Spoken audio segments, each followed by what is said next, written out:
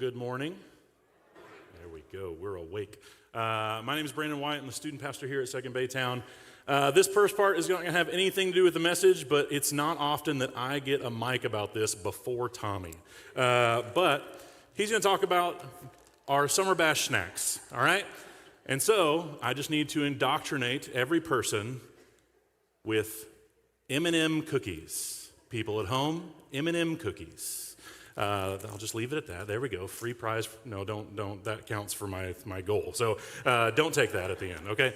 But like I said, my name is Brandon. I'm a student pastor here. Good to be with you. If you'll turn to Deuteronomy chapter 6 in your Bible, however you brought them today, Deuteronomy chapter 6, that's where we're going to be. Like Tommy said, happy Memorial Day weekend, and happy to teachers especially, but also students in the room. Unofficial start to your summer. You made it. Congratulations. Give yourself a pat on the back. I know you're excited. Yes, summer. Here we go. But this is actually the perfect time of year for me personally, okay? And has nothing to do with the weather. I actually hate the heat and sweating and all things that come with it. But for me personally, God has communicated something very clearly to me in the last 6 months or so. It's that I need to take up the sport of golf. All right, and so not too long ago, I played my first round of 18 holes with two friends, Jonathan and Casey, and if you want to picture it, anybody who golfs in the room, I am 6'6" gargantuan man, okay? Casey, my friend, my buddy, I didn't have clubs, let me borrow his clubs. He's 5'10", and so that went real well. Went really well. We got to play in the rain too, so that was fun. But it was great. I had a lot of fun. I'm in a small group with a bunch of guys that I love very dearly, and I say we now. Wow, I'm a part of it. We're all golfers, and so I'm so happy to be a part of it. But my single favorite thing about golf is that cheating is not just allowed. It is written. It has a rule. It has a name. This gift is called a mulligan. A mulligan. That's where you get to say, nope, I don't like that shot. I'm going to take another. All right? And they let you. They let you take another one. It's crazy. Could you imagine? C.J. Stroud went, like 7 games without throwing an interception? Something crazy. Could you imagine that first interception? He's like, doesn't count. Nope, I'm throwing that one again. It doesn't count. That would be so cool in any other sport. Now, obviously, I'm joking a bit, but this idea of a do-over really hits home when we think about the topic that we're closing this series out, who do we love?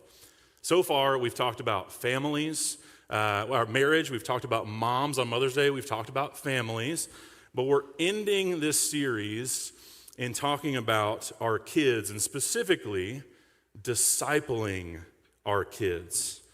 And so I just want to say this from the front, just like marriage and just like moms, some of them are very specific to a specific audience, but there are people in this room who one day will have kids. Maybe you do have kids. Maybe you had kids in your house and they're not in the house anymore.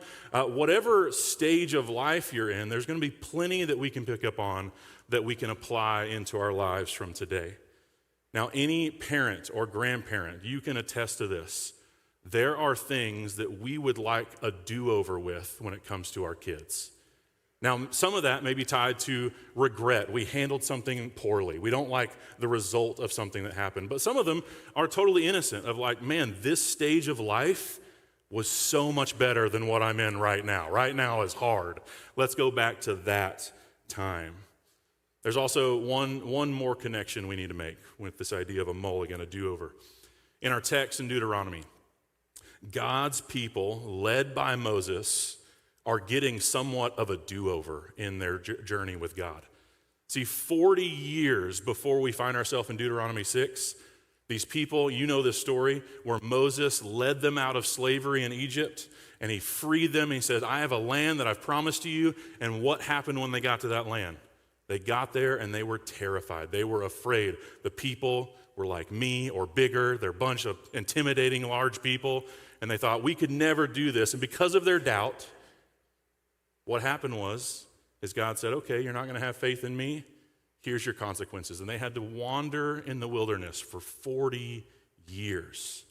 And so here we are back on the edge of the promised land. And what's happening in Deuteronomy 1 through 5 is that God through Moses is communicating to his people, hey, here's where I've brought you, and here's what you're going to do when you get into the land.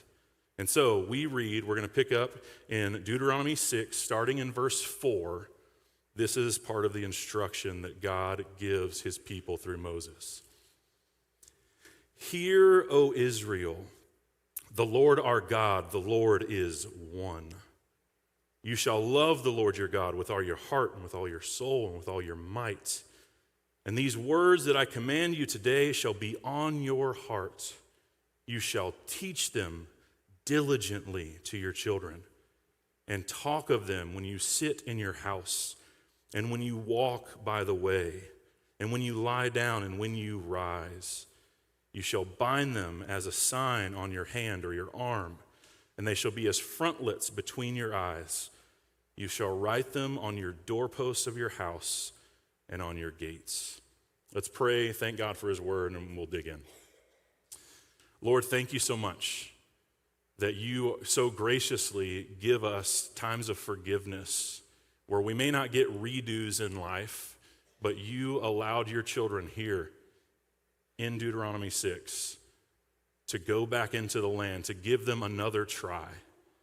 God, help us as parents, as grandparents, as people who have influence over kids to heed your words today and take advantage of the time we have now. God, help us as we disciple our children in the variety of ways that looks like. We love you and we thank you. In Christ's name, amen. So really, I want to get this out of the way. One of the harsh realities when we think about do-overs when it comes to kids is that they don't actually exist. And that's hard. Like, we get one shot with each kid. Again, like I said, we may get forgiveness, we may get a fresh start, but we don't get necessarily do-overs. Time does not go backwards. And so really the purpose of what I want to spend our time thinking about and talking about this morning is how can we leverage the time that we have right now? What is our mission? What is our goal? What is our purpose? What are we called to during the time that we have our kids? There's a lot of things that we can mention to answer those questions, and we're going to talk about a lot of them, especially at the end when we get to application. But I think if we had to sum up, at its core, the mission, goal, the drive, the calling of parenting our kids, it would be summed up in one word, and we've already mentioned it. It would be discipleship. Discipleship. And so before we go any further, I think we have to get discipleship right. We have to define what it actually looks like so we know what we're aiming at. And so what I want to do is I'm going to give us a definition. This is my definition that I've curated from people that I love and trust. This is just my words. This is how we're going to operate today. The second one is a non-negotiable, especially if you are a person of Second Baytown. But we're going to flesh that out, okay? So discipleship is, in my definition, the ongoing surrender of all aspects of our lives to God's design. So let's pause there. The ongoing surrender. That means this never stops. Discipleship doesn't stop. It won't stop for your kid when they leave your house. It hasn't stopped for you, has it? You're out of your house, of your home, if you're grown and have kids. It doesn't ever stop. It also includes all aspects of our lives, which means you don't get an area of your life that you get to call mine. God, you can't touch this one. That's not discipleship. That's not what that looks like. But ultimately, we give it over to God's design. And this is how gracious and awesome God is. He didn't just tell us to do it. He gave us the ultimate example to follow, an ideal that is lived out by Jesus. This is literally, we call ourselves followers of Jesus. That means that we have an example that we are called to follow in our discipleship journey. But this is, again, just mine. For us that are part of the fabric of Second Baytown, this is what discipleship practically looks like. Worship, connect, serve, and invest.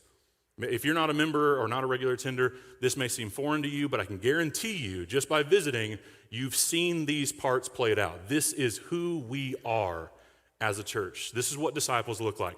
Worship. I'm going to fly through this quickly. I don't have enough time to spend on every single one. Worship. It means that your life is a life that exudes worship to God. You worship God with your life. It also means you're doing what you're doing right now. You participate in corporate worship. That's worship. Connect. It means broadly, outside of here, you connect with God in His Word. A quiet time, whatever that looks like, Devo time, you're connecting with God in His Word, but it also means that you're connecting with other believers in a small group, that you have people who are holding you accountable, you have people that you're growing with, you're part of a small group.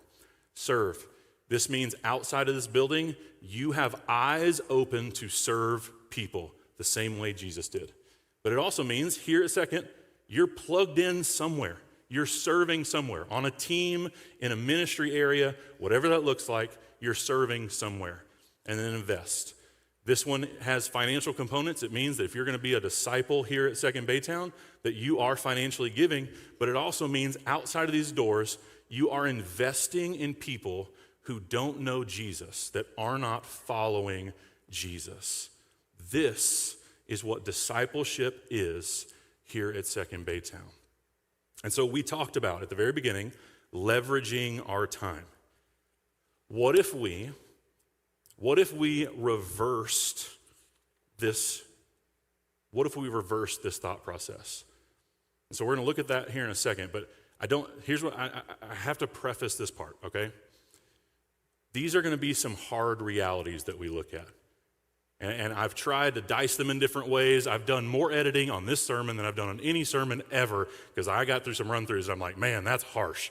I don't mean to do that this morning, but we have to know the level at which we're aiming. We have to know what we're aiming at in order to do this right with our kid, because we get one shot. And so one of the hardest couple of sentences that I had to write in this, and I just feel this in my bones as a dad, is this idea.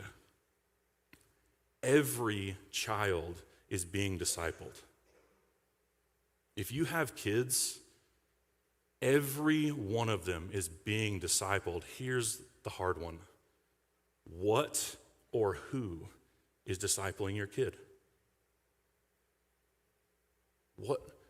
What is it? If it's not you, who or what is it? Man, I feel that so deeply. I have two boys that I love so much. I desperately want them to know Jesus. One of them does. One of them hopefully will. But every moment of their life, they're being discipled towards something, and I get the most control. This is what we're going to see. I get the most control of what or who is discipling them. And so, like I said, we talked about leveraging our time. What if we reverse budgeted our time? So rather than plan our time on a calendar of this is what we have coming down the pike, what if we went backwards and said, this is how our time is actually spent? We did this with Dave Ramsey when we went through budgeting our money. Like, one of the most embarrassing things for my family was when we looked at how much we actually spent on fast food. Like, I hated looking at that number. It was so embarrassing. But what if we did that same idea with our time? Because I am a visual learner. This brain is not smart, okay? And so it helps me to see things. And so I've put together a visual that hopefully will help us see how our time is spent. So in any given week, a child has a total of 168 total hours to spend, all right? That is 7 24-hour days. Now, one non-negotiable time commitment that we're actually going to use for a baseline for all the other comparisons is sleep. Some of you are going to scoff at this number, okay? Some of you have teenagers or newborns are going to be like, no, that's not it. But on average, birth to 12th grade, a child averages 8 hours of sleep per night. So on average, that is 56 hours of sleep per week.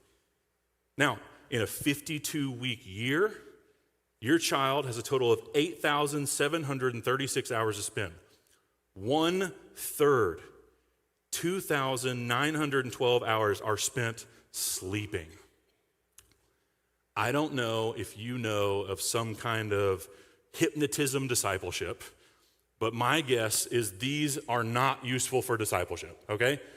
Now, maybe for you, I don't know, maybe you sit and you speak good nothings into your kid's ear while they're sleeping, I don't know. But most of the time, this is a useful time, but not likely for discipleship. The next major time commitment for almost all children is school.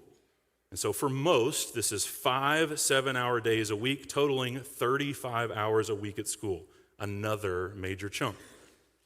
But praise God, right, teachers? We get a break from school. So during an entire year, and the cool thing is Texas has this down to the minute, it comes out to 1,260 hours spent at school. It's a little less than half the time of sleeping, but another good chunk. And again, probably not the entity that you want discipling your kid. Okay? But let's start getting into things that we do want involved in discipling our kids. Let's talk about church. Ready to blow your mind?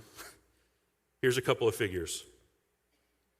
Now, here at Second, if your child were to just max out all the possible times they could plug in here at Second, so that would be 2 hours each Sunday night at our discipleship arms. So in children's and students, that's 2 hours on Sunday nights. And then if they're here for 1 hour here at church on Sunday mornings, and let's just throw in, let's pretend your 3-year-old is serving somewhere at Second Baytown, okay? Let's throw in that hour. That gives them an actually unattainable 4 hours a week max. Because we don't even have 2-hour activities every week of the year. The real average is 1.15 hours a week. So in a year, that looks like 208 impossible hours. Realistically, it's 60 hours a year. I'm a nerd. I did the math. That is 0.7% of your child's time per year. 0.7%. And so I don't say this next part to minimize the importance of church. Church is important for your kid to be at the same way it's important for you to be at. It's an expectation. It's one of our core values. We've already gone over that. However, church families, if you are depending on the church to be the primary agent in discipling your kid, I would give them about a 0.7% chance. That's a hard reality that I am not away. This is not at you. This is also at Brandon. The church should supplement and support what they're already getting at home. And so let's put all of this together, okay? 56 hours a week sleeping, 35 hours at school, 1-ish hours at church. That leaves parents 76 hours a week dictated and decided by you. By you, parent. This visual explodes when you look at the year. 2,912 hours sleeping, 1,260 hours at school, 60 hours at church. That leaves you with over half of their year. 4,504 hours are at your disposal. And so I want to make, just really quickly, a couple of observations. Again, these are things that I had entire points about that we do not have time to get into. I've limited to 3 sentences each, okay? But a couple of observations. First is devices, all right? Devices. This is mostly for junior high and high school. That's the data I have, but the most recent studies that I found, again, just prepare your heart for this answer. On average, 13 to 18-year-old kids spend 8 hours and 39 minutes on their phones per day. Just for reference, that comes out to 3,148 hours on this graph.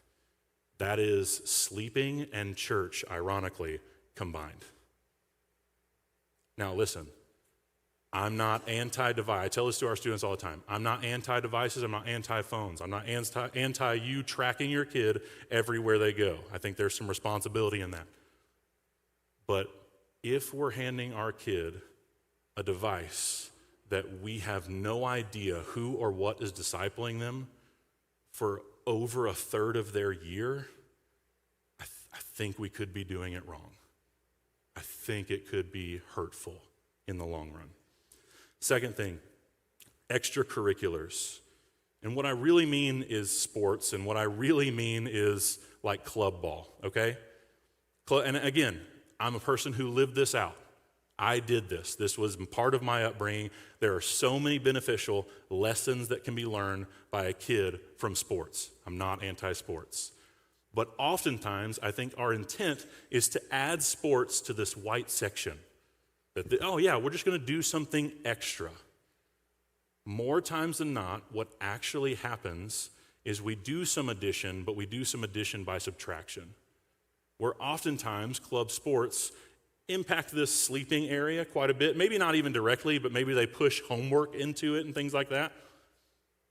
But just by experience, I'm almost at a decade doing this now.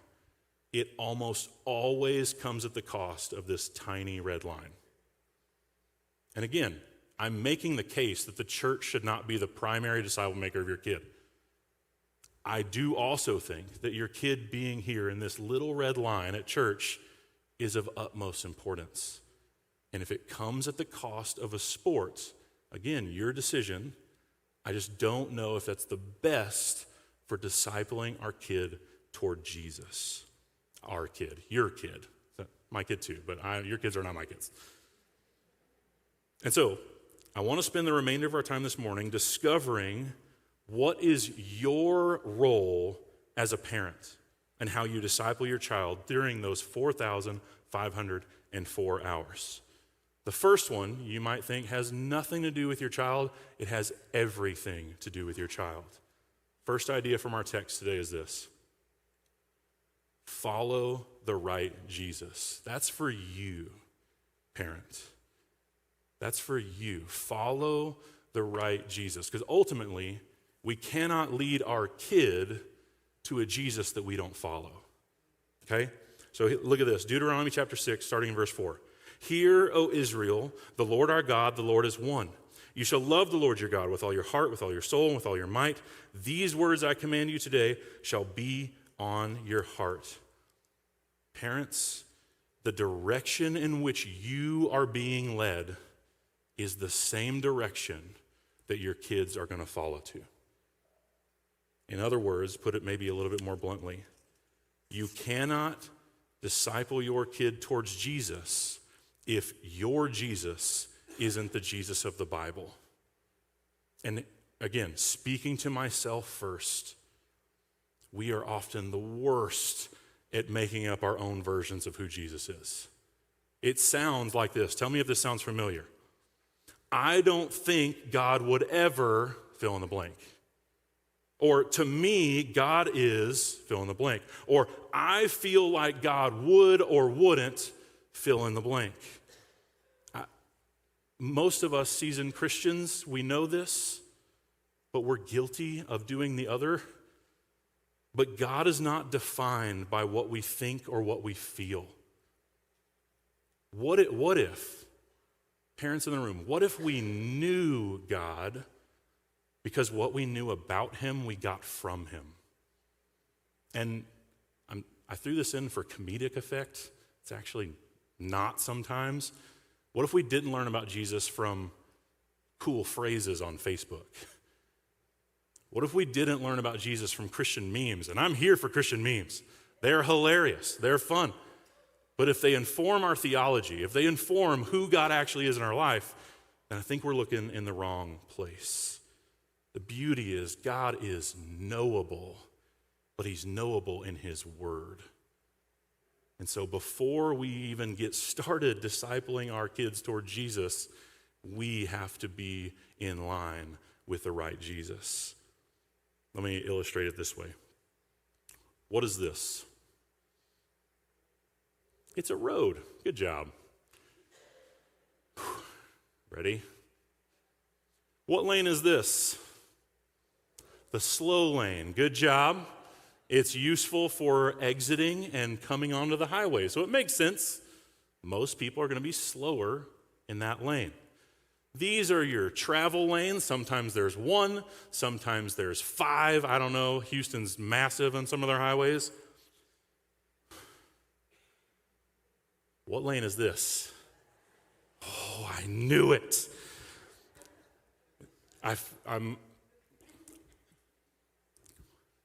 This is not the fast lane.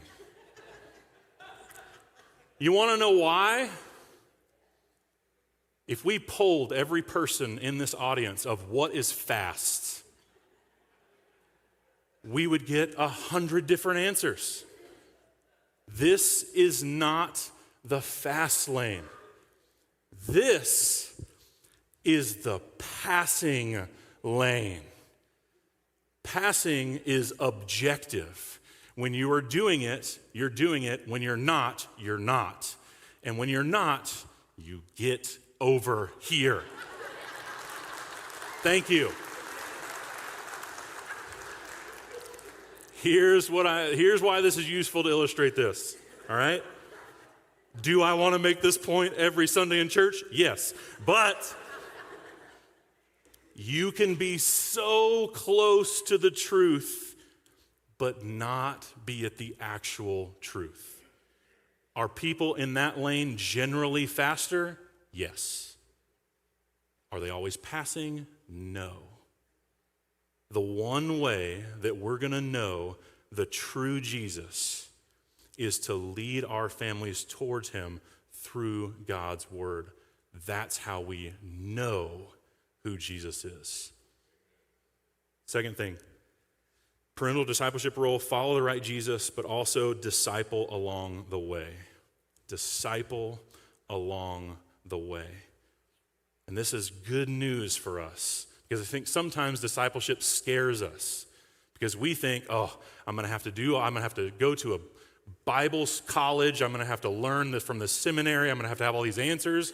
This is the best news for us parents. Disciple along the way. We read in verse 6, "And these words I command you today shall be on your heart, that you shall teach them diligently to your children, and shall talk of them when you sit in your house, and when you walk by the way, and when you lie down, and when you rise." This is great news for those 4,500 hours at your disposal. Talk about these truths, God says, when and how. You talk about them diligently, which means you're continually conscious of them. But he also clarifies when you sit down, when you walk, when you lie down, when you rise. You want to know the least attractive answer to what discipleship looks like? It looks like a Tuesday. It looks like going to the grocery store with your kid. It looks like sitting down with them while they do their homework. It looks boring, but it is of the utmost importance of just being present with them along the way. And so, if your child gets caught cheating at school, disciple your child. If they need help with homework, disciple your child. If they are being bullied or being caught being a bully, disciple your child. If you're looking at your finances as a family, invite them along, teach them, disciple your child. Don't let them decide how to spend the food money. Third thing, and we're done. Follow the right Jesus, disciple along the way, but plan intentional activities. Plan intentional activities. This is the part of this that probably seems daunting to some of the families in the room or watching online. I'm going to make it very easy for us here in just a second. but we find this in Deuteronomy 6, 8 through 9.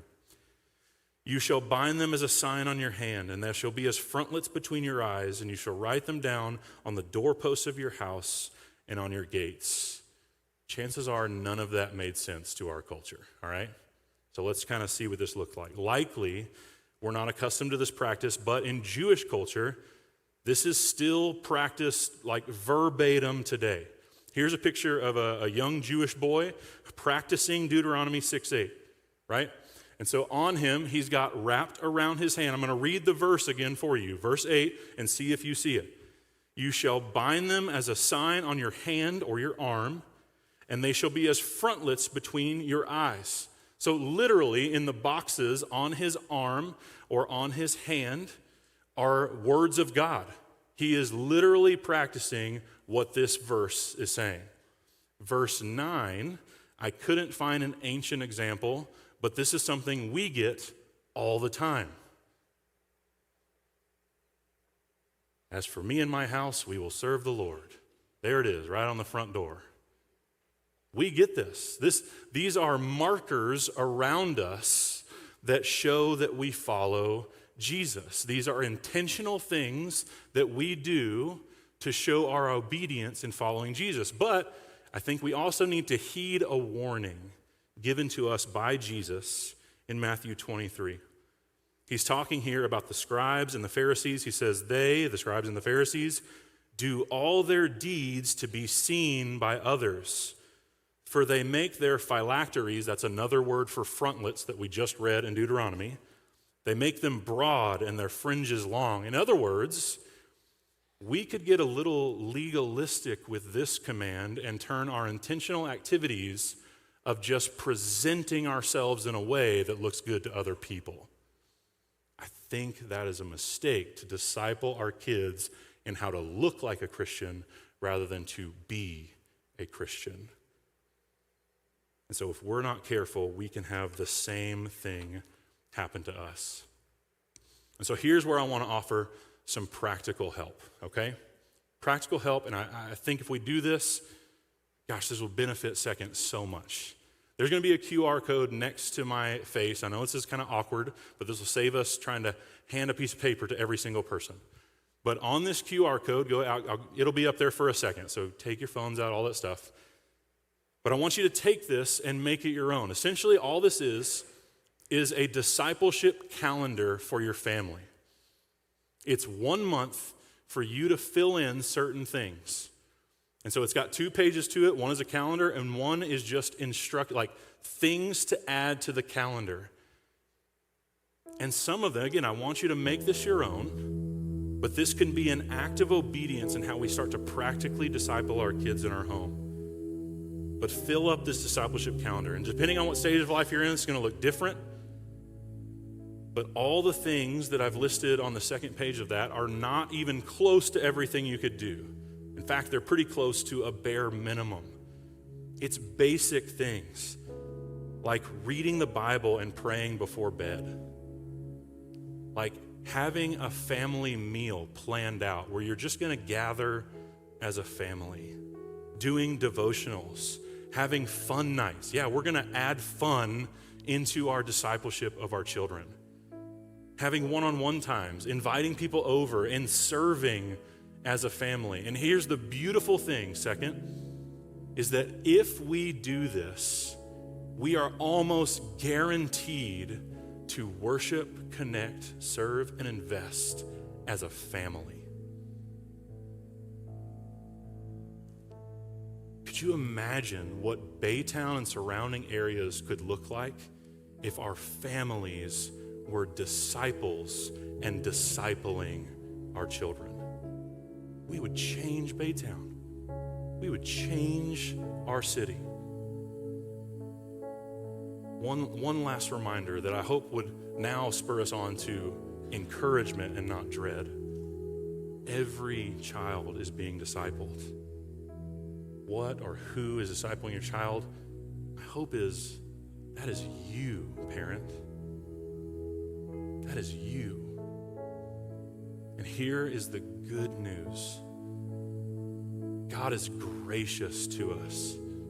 He offers forgiveness and restoration in any way that we have messed up or erred, but there's also some urgency. There is no do-over. Parents, families, whatever role that looks like for you in your stage of life, disciple your child. Let's pray. Lord, we need you. God, you're so gracious and good that to even save one of us, we don't deserve it. Your glory would ring out forever if you just saved one of us, but you offer it freely through Jesus to anyone who would put their faith in you. And for the parents in the room who have made that decision, God, we thank you, but we also ask for your help, that we would be able to take that faith and share it with our children. That we would take that faith that you've allowed us to have, that we have put in you, and we would guide our children toward a faith like that. That ultimately you would save them, and then they would do it with their children, and that their children would do it with their children, and that your name would be glorified for generations of our families. God, we beg of you to do this. Change us, mold us more into your image, disciple us, and allow us to disciple our children. We love you, and we thank you. In Christ's name, amen.